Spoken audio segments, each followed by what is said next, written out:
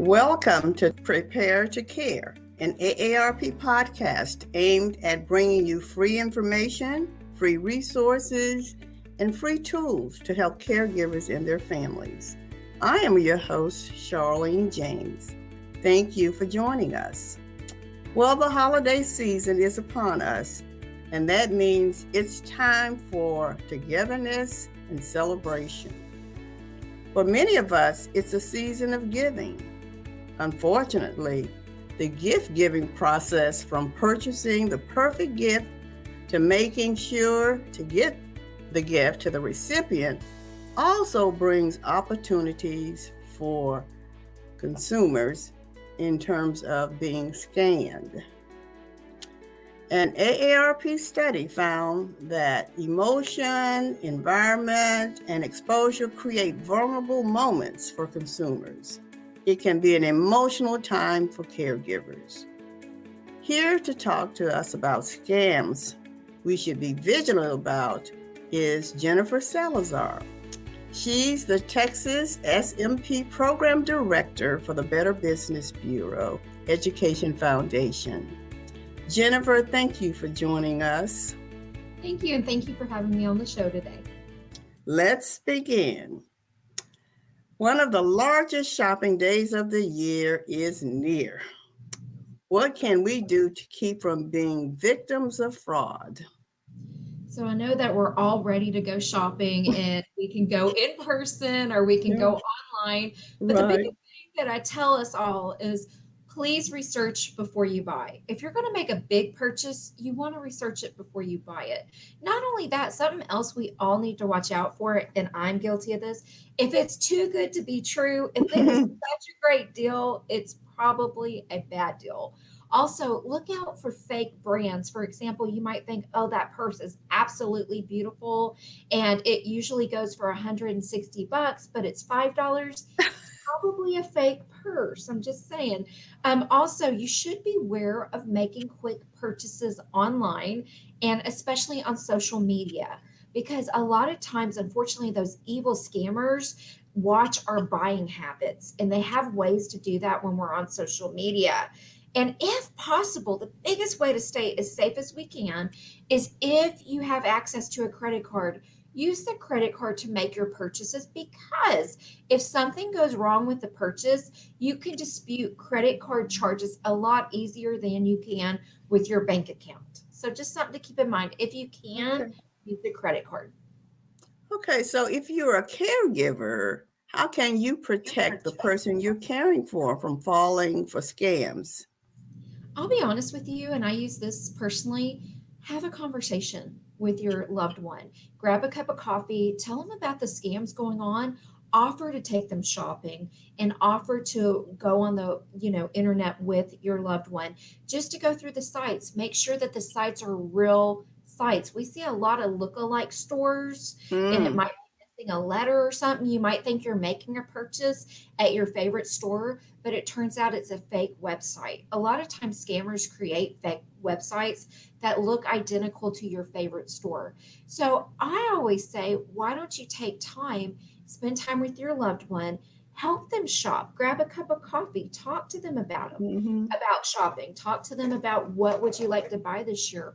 Maybe we can go together. So in open communication always stops scams. If you can talk about it, you can stay vigilant. Okay. So what holiday scams is the Better Business Bureau seeing across the state? Way too many. So we're seeing a lot of free gift cards through phishing email. So you might get an email and you might think it's one of your favorite stores and they're offering you a free gift card. It's not. Nothing in life is free but your mama's loving. We're seeing a lot of alerts about compromised accounts. For example, you might get a warning email saying that your account's been hacked, like your Amazon account or another type of account. Check out the source. Take your mouse, just your simple mouse or your cursor, put it over the email address and wait a few seconds. If it has an odd email address like a Gmail account, it's more than likely a scammer. We're seeing social media exchange. What is that? It's basically the classic pyramid scam. What we're seeing a lot of is you might be on Facebook or, Twitter or another social media site, and it says something like, if you give us a gift card, then we can get a bunch of people to give gift cards, and you get like 13 presents, and you only have to donate one present. Guess what? It's a scam. They're going to take that money, they're going to run. So you might think, oh, I'm going to get a ton of gifts in return if I just buy this one thing. You're not. It's the classic pyramid scheme. And you know what we're still seeing? We see this almost every year, and it's still around. We're seeing the puppy scam. You think that you're going to buy a puppy or a kitten or an animal for your loved one, and you're so excited. You purchase the kitten or the dog, but guess what? You never meet the dog in person, and the dog ends up coming from overseas or somewhere out of state. You finally get the dog, and then all these things go wrong. Sorry, you don't actually get the dog. You have to pay all this money, and then it turns out there was no dog to begin with. It was all a scam. So if you do want to purchase a fur baby this holiday season, research. Go meet the actual animal in person. Right. Humane Society. You don't have to, look on the internet, because a lot of times it might be fraudulent. Oh my goodness. I tell you, they're really busy. Yeah, they're really busy.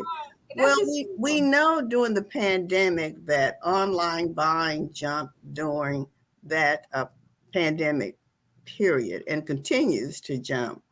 So what should we be looking out for when surfing the web to buy the perfect gift? What are some of the key things that we really need to be careful about? So some of the biggest things that we're seeing is fake notifications of delivery. Like, you might think that you're getting a delivery to your home, and you need to add money to the delivery because the delivery comes up short. Big scam. Or you get an email from like your favorite store like Amazon, and you don't have enough money to pay for something, and if you click the link you can add more money. That's also a scam. We're seeing something unique. We're seeing that there are markets, like we used to go to certain markets or certain places to shop, like a big event, right? Well, because of the pandemic, what we've seen last year and this year is some of those markets are going virtual, and scammers know that they're going virtual. So what scammers will end up doing is sending out emails to people interested in going to this event, offering them to buy tickets. Would you like to buy your tickets? Click here. And guess what? It's not the real event. It's a scammer. So we're seeing these pop-up virtual events that are not real. Again, I can't stress enough, we see a lot of the look-alike websites. Anybody of any age, as long as they know how to use a computer, can create a website. And scammers are doing that, and they're making it look like it's your favorite store when it's not your favorite store. But not only are they taking your money, they can also load viruses to your computer, which is dangerous because they can figure out your personal passwords. Well, you said something really important, and I think this was mentioned before. There are even financial institutions, you get phone calls and you think it's your bank, well known, and turns out it really isn't. That's right. Yeah. We call that fraud prevention scams, because what it is, we've actually seen the scam where you think it's your bank calling. You look at your caller ID, it might even say your bank's name. Right. Yes. It's not your bank. Scammers have the technology on telephones to spoof. And what does that mean? They have the technology to put any phone number they want in any name that they want. So you might actually think it's your doctor's office. You might think it's the store that you bought your recent purchase at. You might believe it's anybody or your bank. And they might ask for like, what is the date on your debit card? What is the 3-digit code on your debit card? It's the scammer. It is a scammer. They're trying to hack into your account. And what they're saying is, we can put a freeze on your account because somebody's trying to hack into your account. But it's not. They're the actual bad guy. So go to your bank directly. Call them directly. Don't trust the number on the caller ID. With phone numbers, we call that spoofing. With email, we call that phishing. But basically, it's the same thing. They're pretending to be somebody that they're not. Yeah. The other thing is, like, sometimes when you get those notifications online or by text, you go to call that number and it's not a real number. It's disconnected, or it's not a real number, or it's Yeah, somebody that has no idea what you're talking about and they're an innocent bystander. yeah. Yeah. Okay.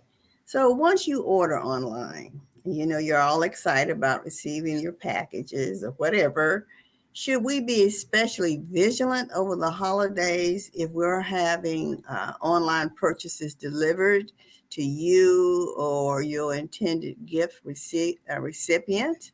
Yes. So, what I always recommend, and I do this myself personally, get a tracking number, find out the company, like if it's UPS, FedEx, find out who's actually delivering the package. Track your package until you receive it at your front door. Keep all receipts of your purchases. What if somebody tries to steal it? What if it gets lost? There's millions of things that can go wrong. And again, Mm-hmm. this is why I stress if you can use a credit card. Because if something does go wrong, it's easier to dispute the charges than it taking out of your bank account and you can't get that money back right away. So stay vigilant the whole way until that package is in your loved one's hands or your own personal hands. Okay. Another one is, people are very generous during the holidays. They want to give, give, give. So, what pitfalls should we avoid when donating to charities? A lot. So one of them, just like the look-alike websites, did you know that some scammers will have like charities that look like other charities? And like they might make it plural or not plural or missing a letter. They like to do that. They like to create fake charities that look alike other Hmm. charities, and they're not. Research a charity before you donate to the charity. We have a wonderful website at the BBB called give.org, where you can look Okay. up the actual charity, make sure that if there are complaints, how were they, how were they resolved? Also, if it's been around for years, if it hasn't been around for years, we encourage to donate locally because you can really look and see where your funds are going. Also, if you do decide to donate, no charity should make you feel guilty or make you feel pressured to donate now, because charities will take your money at any time, and you should never feel pressured or guilty to donate. Also, Hmm. be very cautious if you donate with someone online. For example, if somebody's having a special fundraising event for like a loved one or a funeral or Oh, a yeah. school, verify the source, because unfortunately, we've seen lots of cases where there was actually the money was going to a scammer. It wasn't going to a funeral. It wasn't going to a high school. It wasn't going to any of these places. It was lining the pockets of a bad guy. And let me add on to that real quick.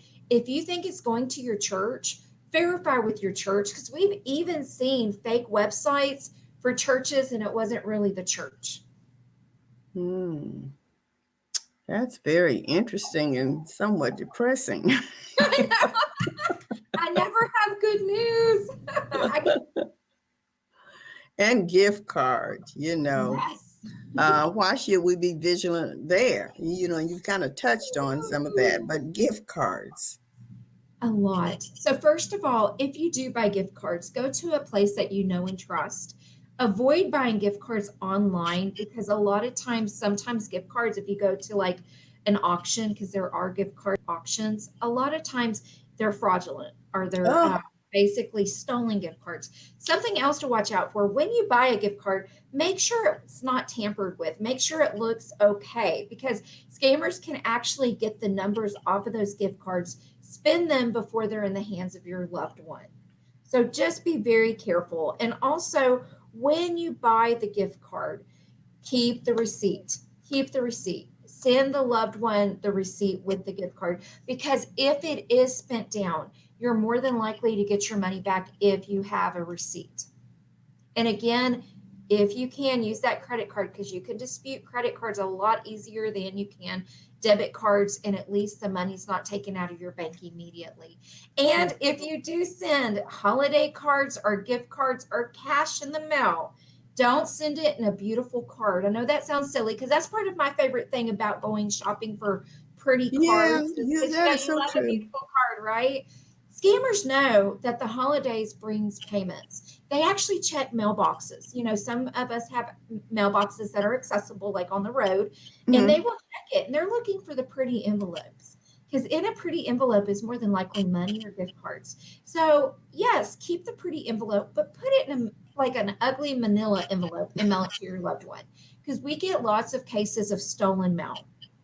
Yeah, that's a big problem with the stolen mail and stolen packages off of people's doorsteps. Yeah. It really is, and it's sad. And my family, we always give Hallmarks. It's just a tradition. So, but they know when it's in an envelope and it's ugly, it's from me.